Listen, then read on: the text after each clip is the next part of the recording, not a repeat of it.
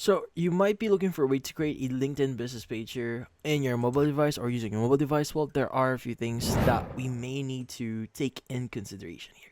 Now, in order for you to create a LinkedIn business page here in your mobile device, you need to access the web version. Now, if you try accessing just the app, you won't have this option. So, in this case, you want to open up any browser you have right now on your mobile device. So type in or search for LinkedIn.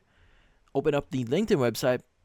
And by the way, if that it directly opens up your app here, I would highly urge you to open up the app, press and hold on it, click on the Open New tab, go ahead and just open up the tab for it, and it should give you the option to log in.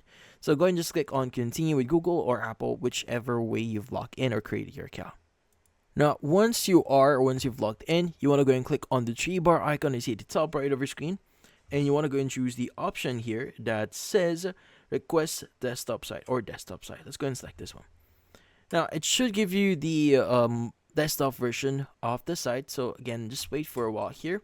And once you've done that, you want to go and just pinch, or you want to go and just zoom in a little bit here. And you want to go to the top right, click on For Business, and you want to look for the option to create your business page.